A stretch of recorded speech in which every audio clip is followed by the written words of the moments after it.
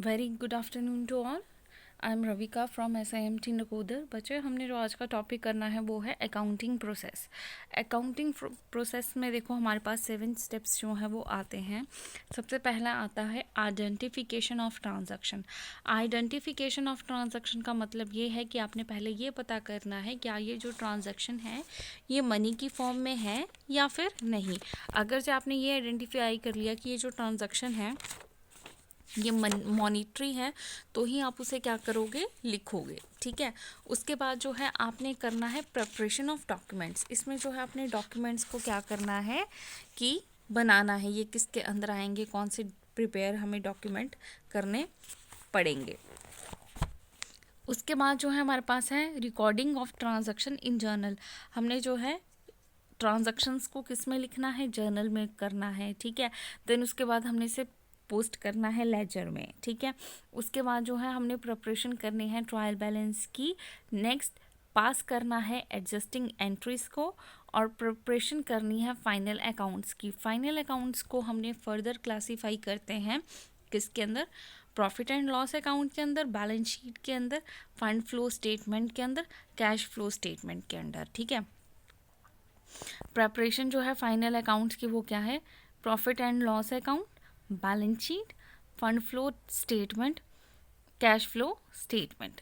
अब accounting system जो है ये दो तरह का होता है। एक होता है सिंगल एंट्री सिस्टम, दूसरा होता है double entry system. Double entry को फर्दर क्लासीफाई हम करेंगे, इसको हम फर्दर डिवाइड करेंगे कैश सिस्टम में या एक्रूवल सिस्टम में। कैश सिस्टम का मतलब होता है जहाँ पे आप कैश रिसीव उसी टाइम कर लेते हो। एक्रूवल होता है जो आपको अभी रिसीव होना है, हुआ नहीं है। सिंगल एंट्री सिस्टम, अब बोलते सिंगल एंट्री सिस्टम जो है ये क्या होता है, ये टाइम सेविंग होता है, इकोनॉमिकल होता है, लेकिन ये अनसाइंटिफिक होता है और इसमें नंबर ऑफ डिफेक्ट्स जो हैं वो हम लेकर चलते हैं। ठीक है। अब बोलते सिंगल एंट्री सिस्टम में सिर्फ कुछ पर्सनल अकाउंट्स जो हैं वो हम रखते हैं।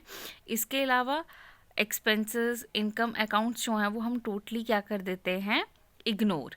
ठीक है। ये जो सिस्टम है इसमें जो है सोल प्रोप्राइटर यानी कि सिंगल बिजनेस होता है और इसमें टोटल कंट्रोल जो है वो किसके ऊपर होता है, कैश के ऊपर। ठीक है। या फिर गुड्स के ऊपर।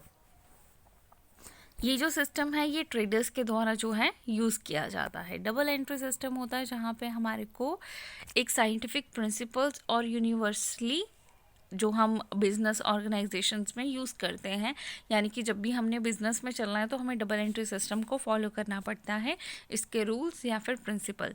इसमें जो भी ट्रांजैक्शंस होती है उसमें इक्वल वैल्यू या बेनिफिट जो है वो दिया जाता है। यानी कि अगर आप कुछ बिस्किट खरीदते हो या आप कुछ चीज़ खरीदते हो, आप सामान लेते हो बदले में पैसे देते हो, तो क्या हुआ, आपके पास कुछ आया, साथ ही साथ आपके पास कुछ गया।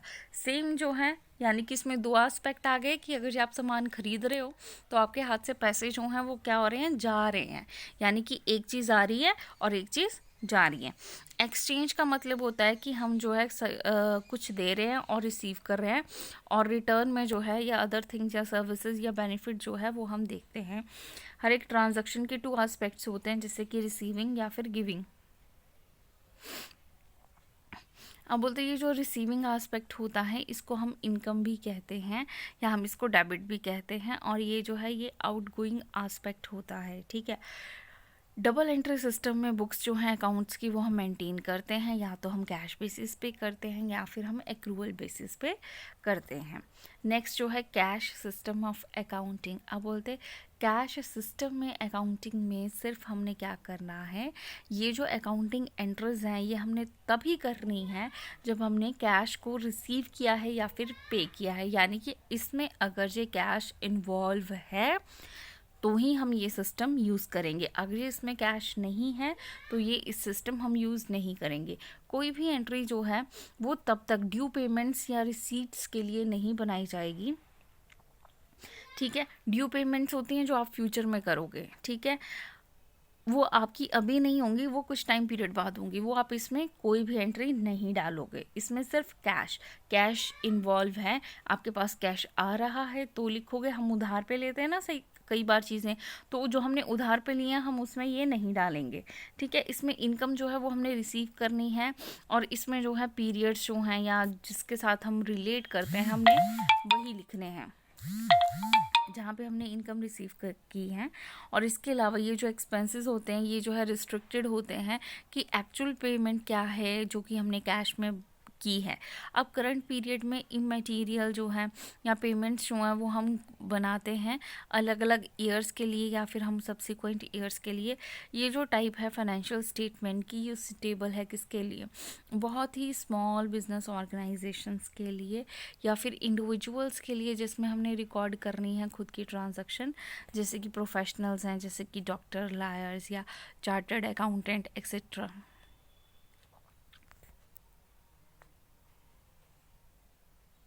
नेक्स्ट है एक्रूवल सिस्टम ऑफ अकाउंट्स। अब बोलते इसे हम क्या बोल देते हैं, मर्केंटाइल सिस्टम भी कहते हैं अकाउंट्स का।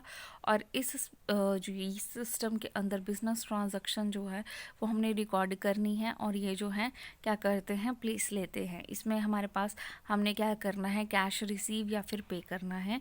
इसमें हमने इनकम जो है वो क्या करनी है, अर्न करनी है। और इसमें एक्सपेंसेस को हमने क्या करना है, इनकर करना है या रिकॉर्ड करना है जो कि रिलेटेड है हमारे पर्टिकुलर पीरियड्स के साथ, ठीक है। अब कुछ इसेंशियल फीचर्स जो हैं वो इसके दिए गए हैं। एक्रूवल बेसिस क्या होता है, इसे हम मर्केंटाइल सिस्टम कहते हैं। इस सिस्टम के अंदर वो ट्रांजैक्शंस रिकॉर्ड की जाती हैं जो कि कैश में नहीं होती या जो अभी तक पे नहीं हुई हैं।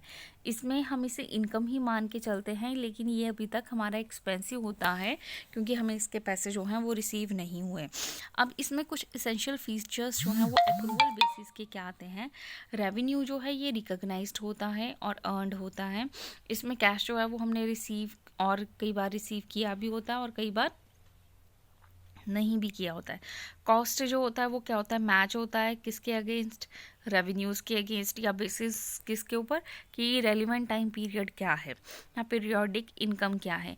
कॉस्ट जो है वो हमने चार्ज नहीं करना है इनकम को या फिर हमने कैरी फॉरवर्ड करना है। अब कोई भी कॉस्ट जिसमें उसकी यूटिलिटी जो होती है वो क्या हो जाती है, ख़त्म होती है, और हम उसे क्या लिखते हैं, written off as a loss, कि हमें उसकी अब कोई वैल्यू नहीं रही, ठीक है। और इसे हम इनकम नहीं मान सकते। तो ये जो है एक्रूवल सिस्टम थे हमारे अकाउंट्स के, ठीक है। इसमें कोई भी प्रॉब्लम है तो आप पूछ सकते हैं। Thank you class.